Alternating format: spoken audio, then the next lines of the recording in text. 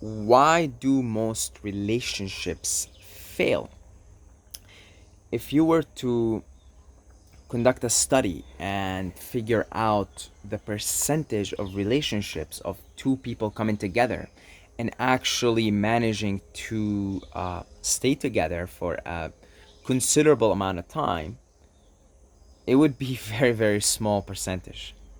So, in other words, whenever you see two people together, two lovebirds together, right?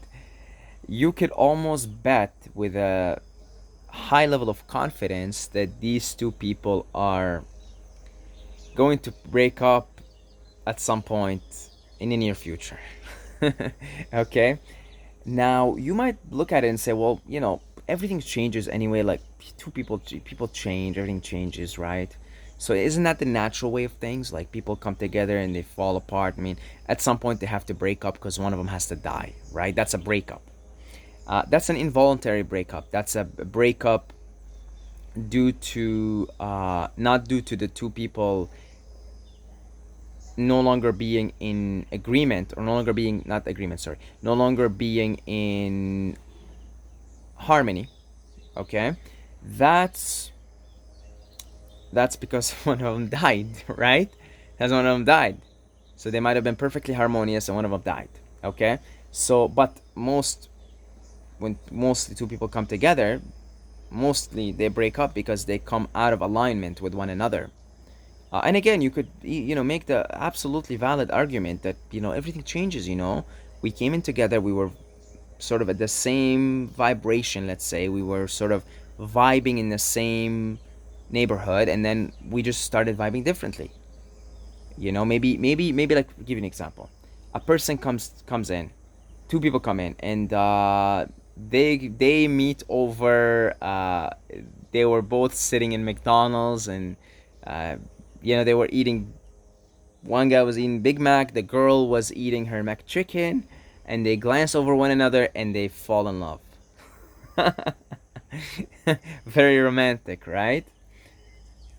And then they go out and they fall in love, and it's beautiful, and it's the honeymoon, and it's wonderful. And a year later, see, the girl starts to get into yoga and starts to get into vegetarianism, and she becomes a vegan and stuff, and the guy's just doing his thing.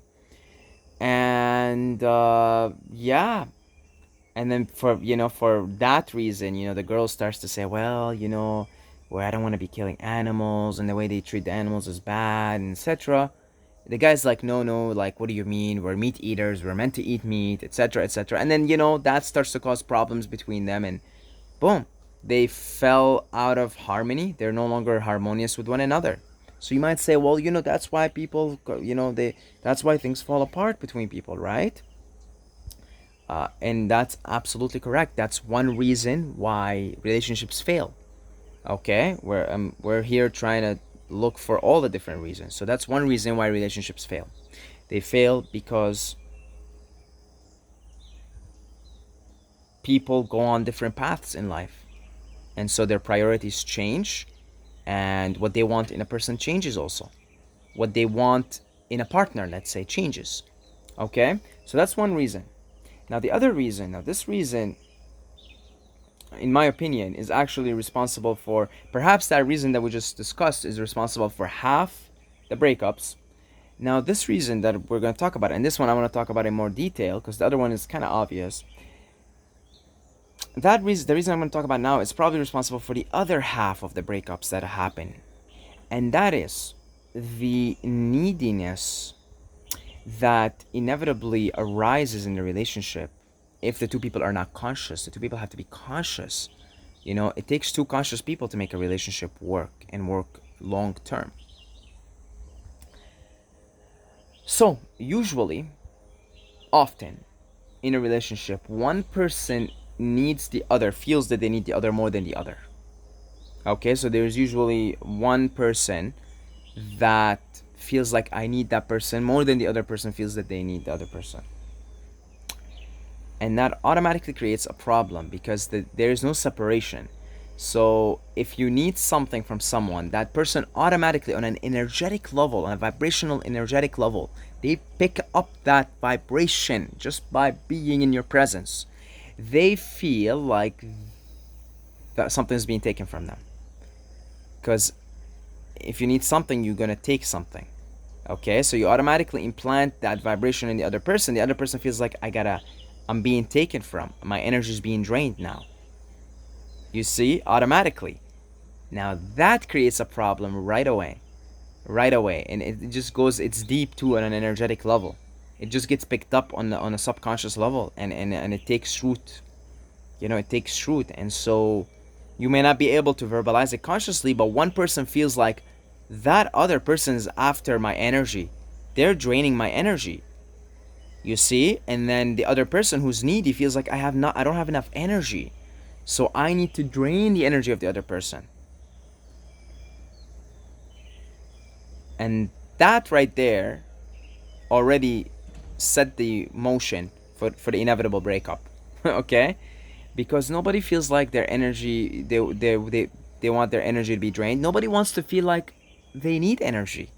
When you don't have enough sleep, you sleep like 2 hours, 3 hours, and you get up and you're groggy and you feel like a bag of shit. You feel just not enough energy. You didn't charge. You didn't go to the dark matter. You didn't go to dark energy, to the void, to cosmic energy. You don't have enough cosmic energy. You didn't get enough charged. So if you went to sleep, your phone was 10%. You woke up, it's only 50%. Still icky, right? You're still, you're icky, you're irritable, you're craving food, you're craving energy, you're craving attention. You want attention because you want energy. You become this energy vampire in that sort of compromised state of being, compromised state of consciousness, that sleep deprived state. And it doesn't feel good for you because you feel like you need energy. And it doesn't feel good for anybody to feel like their energy is being looked after. Okay? It doesn't feel good for that person either. It does not feel good for neither partners, for neither parties. Okay? And by virtue of having somebody chase something, if there's a chaser, there's a runner. Again, there's no separation. There's oneness. Okay, there's oneness.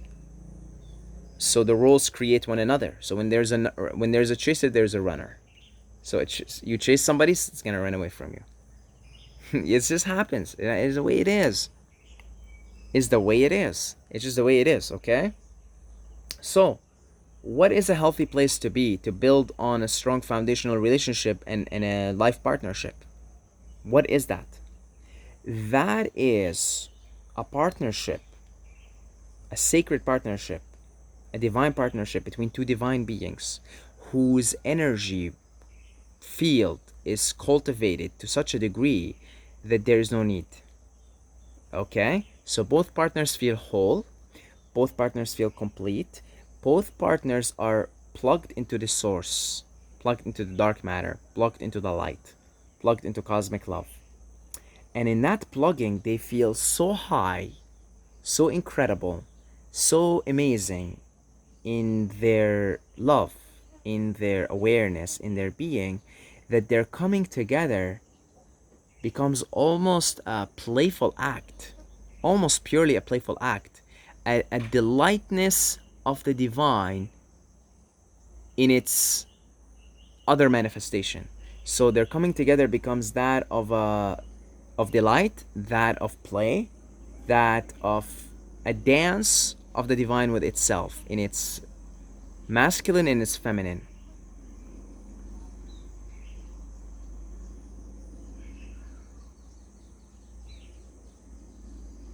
You guys see that mosquito? It's like dancing here with the with the camera. So that is a healthy place. That is when we're going to build a relationship where there is no runner, there is no chaser, there is no neediness, and there's no taker, there's no needy person, and no person being taken from. Those, because we've pierced through the duality, and now we're into the oneness, we're into the wholeness vibration. So the coming together of the two people feels so wonderful. It doesn't feel like any of them needs the other, and yet they're in such delight of one another. And that doesn't mean, oh, if you don't go away, I'm not gonna miss you, or I'm not gonna feel like I want to be with you. No, there's a difference. You could miss someone very much and be wanting to be with them, but be okay here also on your own, because you love them so much. You love dancing with them so much. You love playing with them so much. You love being with them so much that of course you're gonna miss them. But it's not a missing out of need. There is a missing out of I need you. And you're there feeling miserable for yourself, feeling like I have no energy here. Like I feel lonely, as opposed to alone, which is all one. Loneliness and all one is different. So you're there feeling miserable, or you're there perhaps shedding a few tears because you feel you love that person so much and you miss them.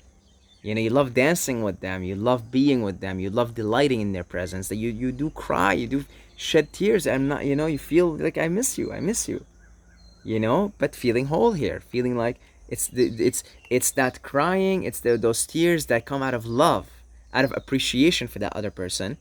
And then there's the other one coming out of I'm miserable, I feel lonely, I need you, I need this, I don't have energy, I don't feel like I'm sustained, I don't feel like I'm whole. So there's two different places. Don't mistake in the wholeness, the feeling of wholeness. Don't mistake it for coldness and detachment. Not in a. It's that sort of nagging type detachment too. Okay, it's the I'm detached. It's like I'm attached to detachment. That's an attachment. So you're attached to, you close off your emotions in the name of detachment. You see, like I'm detached, like I'm whole. Why should I be crying right now? Why should I be missing that person? That's attachment. That's just another form of attachment. You're closing off your humanity, your human heart. So don't mistake that perspective of two whole people coming together, dancing with one another, delighting in one another, playing with one another. Don't mistake it for okay, I don't feel anything if you're not around me, or I don't miss you. No, no, no, because you perhaps appreciate that person so much, you love them so much, that of course when they're not around you and you're not with them, and there is maybe distance between you two, uh, that you will feel a certain sense of like, I miss you. Like, think about it. Your mom dies, for example. You're gonna miss her. You're gonna cry. Still feel whole here. You feel you're one. You feel you're sustained, but you love your mom. You miss her. You appreciate her. Of course you're gonna cry. Of course you're gonna grieve. Of course you're gonna miss her. But you're not feeling you're drained of energy, or you don't have any energy, or it's neediness. It's just, it's out of love. It's out of appreciation. It's out of compassion. But I think that's why 50% of relationships fail. I think 50% of relationships fail because it is. Because one partner feels needy, the other partner picks up on the vibe, and that just sends out an unpleasant vibration that inevitably leads to the breakup. Because what happens is, in a relationship, you create a strong magnetic field. You really create a strong electromagnetic field. And so if you're not meditating, and if you're not practicing gratitude, and if you're not practicing love and compassion, and if you're not serving and alleviating suffering, and really like doing a form of yoga, a form of union with the divine, and your only source of that type of energy is your significant other, then your significant other is everything to you. Because if your significant other disappears or withdraws their love to you, you're left with nothing. As opposed to two people coming together, say one person spends time meditating and spends time, that's why always the two people, I feel they always need their alone time. I really do. Because we do perform our yoga in a different way. So let's say two people coming together, and one person's way of feeling plugged and connected to the source is via meditation. That person but let's say that person prefers 2 3 hours of meditation every day. They go, they 1 hour they'll go to the woods and meditate. 1 hour they'll spend in their room meditating. And for that person to be plugged into source, to come and play and dance with their partner, and get involved in a partnership based on love, compassion, and mutual healing, and mutual dance, mutual play, mutual love, that person requires 2 3 hours of meditation a day. That's their yoga. The other person requires volunteering. For them to be plugged in to that source, to feel the love, they go volunteer. Maybe they go volunteer 5 hours a day. And so those two people, they're doing their own thing with their own yoga, feeling love, getting plugged into cosmic love in their own ways. Then they come together. They don't feel like they need anything from one another. They already, that one person that went did volunteering, they felt so good. They gave food, they gave clothes, they felt really good. They got plugged into love. Service is the karma yoga. It's a path. It's one way of it's a yoga, karma yoga. One way of getting plugged into source. Then jnana yoga is the yoga of meditation. That's another way. The other person goes, does their thing, do their humming, do their chants, etc. They feel this amazingness also. Then the two people coming together, it's like, isn't that amazing? They come together, it's like, life is good, isn't it? And they both know it, and they both got there in a different way. They both got plugged into the source in a different way. They come in and they're laughing and they're smiling and they start dancing and singing, and it's beautiful. And they're cuddling and they're hugging and they're kissing, and no need. Nobody's chasing nobody. Nobody's needing anything from anybody. No roles too, no games. Like, oh, did you text me? No, I texted you. Oh no, this, you should have texted me. So no games neither. Just love, because the people are connected to the source, connected to the love, connected to the cosmic energy, the agape, cosmic love. So they come in together. It's like, there's no need. I don't need you. You don't need me. But isn't it beautiful? Isn't it beautiful that we're sharing this energy together? Isn't it beautiful that we're in love? Wow, come here. Give me a hug. Let's kiss. Let's dance. Let's make love. Let's go take a walk. Let's go see what's going on. Let's go gaze at the stars. Let's go travel together, etc., etc., etc. But you're doing it out of a place of sharing of an experience, sharing of love. Not out of come here, I need you, you're my source of love. But oh wow, it's beautiful. And often in these dynamics, in these relationships, what happens is when the two people come together, they create a really, really powerful electromagnetic field. And that could be addictive too. Which is why the two people gotta keep doing their thing, centering, finding their own center. You see? And getting their own ways of plugging in and doing that. And then in that, they will continue to delight in their own presence, and they will continue to share the being in love, as opposed to you're my only source of love. Because when two people come together, they do create a powerful electromagnetic field. But again, in that sharing, that's the healthy way to go on about it. You can this takes two conscious people to do that, because a lot of people who haven't yet got divorced, quote unquote, they had successful marriage, right? Bullshit. I can think of so many relationships that I know that should have ended a long time ago, but they're holding it together because of the guy doesn't want to lose half his money, the woman doesn't want to lose the support of the guy, etc. They do it a lot of times for the kids, right? But really, realistically, most relationships should end because the two people are not conscious enough are not plugged enough into the source to recognize that they're coming together is the coming to delight in the dance of the masculine and the feminine.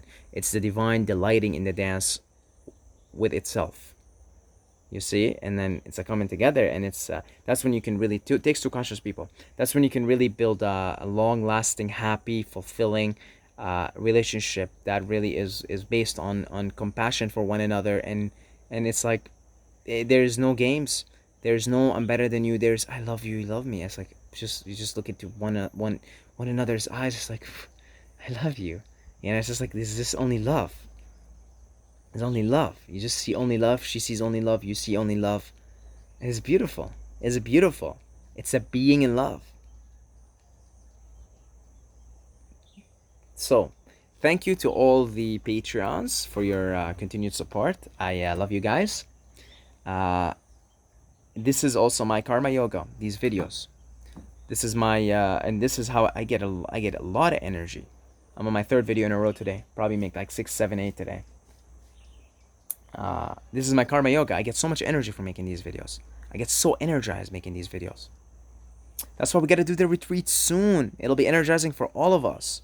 So, head over to Patreon, join the family. You can do $2 a month. In the long run, the channel grows. Enough people do this. I'll be traveling to where you guys are and hosting retreats all around the world. So let's do that. Let's do that. Okay, let's do that. Patreon down below, link in the description. One-time donations on PayPal are accepted and appreciated. Instagram, Saeed Mobayed, if you want to reach out to me directly. Until next time, may the force be with you.